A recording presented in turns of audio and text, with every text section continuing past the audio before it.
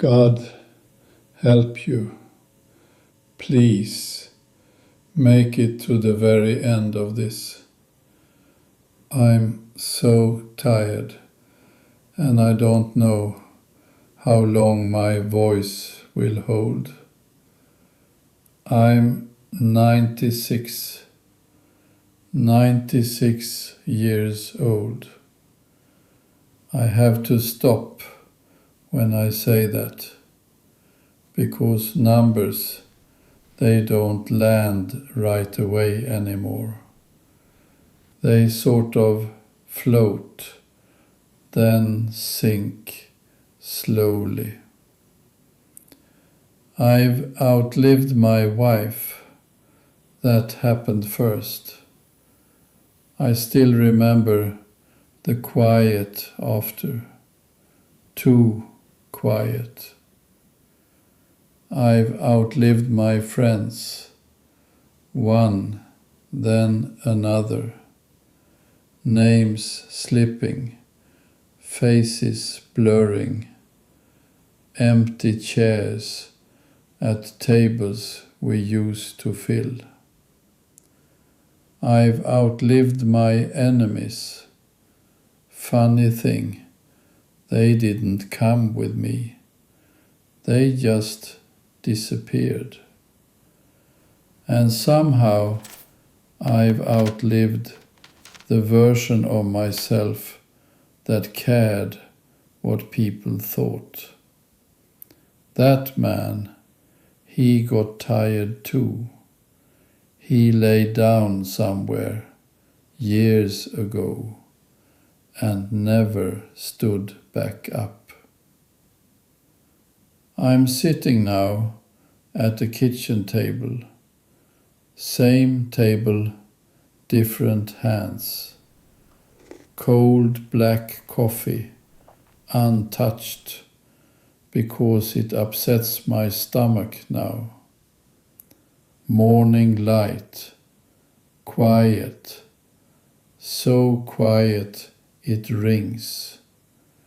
It feels like the edge, not standing on it, just sitting very close.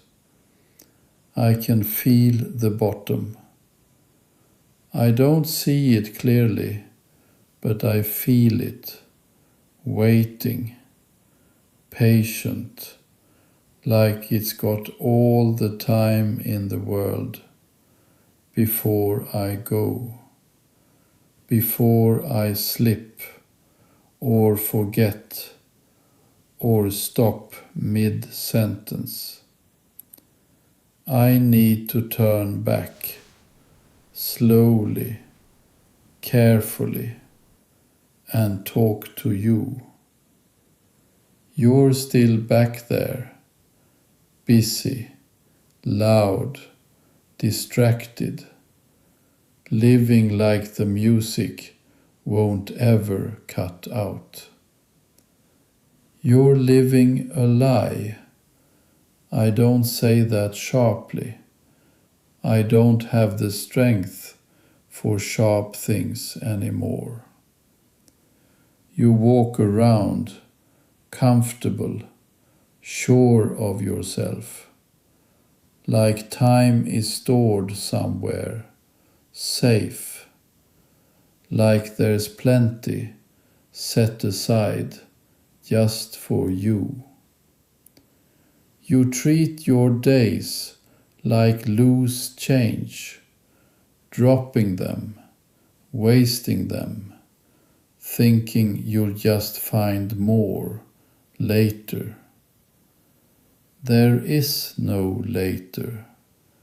I'm telling you this from here, from the very far end. We are all going to die. You know that with your head. You say it casually, but you don't know it in your body. You don't feel it standing close, breathing quietly, cold, steady, unhurried. If you felt it, really felt it, you wouldn't live like this. Let me tell you about a man. His name was Jack. Small town, ordinary streets.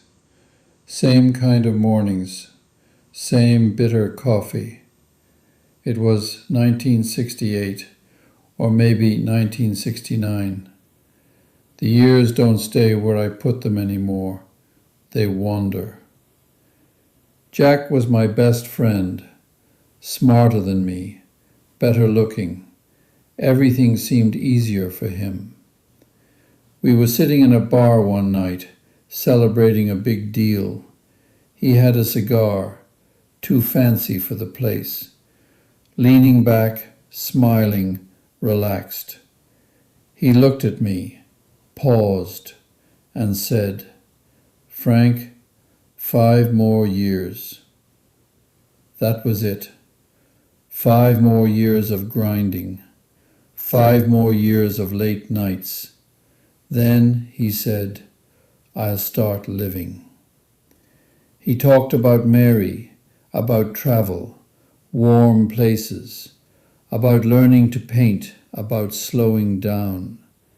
He had plans, calendars, lists, a whole future, neatly stacked, like it would wait for him.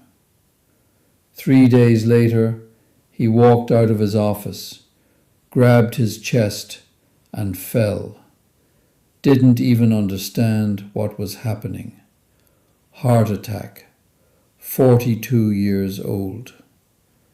He never went anywhere, never painted a thing, never slowed down. I stood by his coffin, and the tragedy wasn't that he died. We all do. The tragedy was that he spent his whole life waiting to live. A week later, I went to his office to clear out his desk. His calendar was full, months ahead. His inbox overflowing, urgent, demanding. The world was still asking things of him, even though he was gone. The world didn't stop. It barely noticed. They replaced him in 2 weeks, forgot his name in a year. And now, when I look at you, I see Jack again. You tell yourself the same things. I'll be happy when. I'll rest later. I'll fix it someday. Listen to me. Please listen. There is no later. There is only now. And you're trading it away, one ordinary day at a time. Let's talk about your things, all that stuff. You buy what you don't need, with money you don't really have, to impress people who aren't watching. I live in one small room now, a bed, a chair, a picture of my wife, faded but still looking back at me. I used to have a big house, cars, toys, noise everywhere. From here, from the end, it's all garbage. I've been to more funerals than I can count.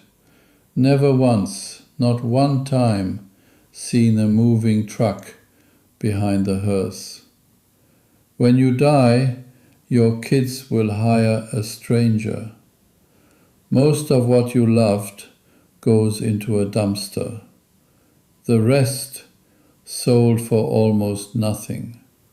Future trash, that's what it all becomes. So why are you breaking yourself for it?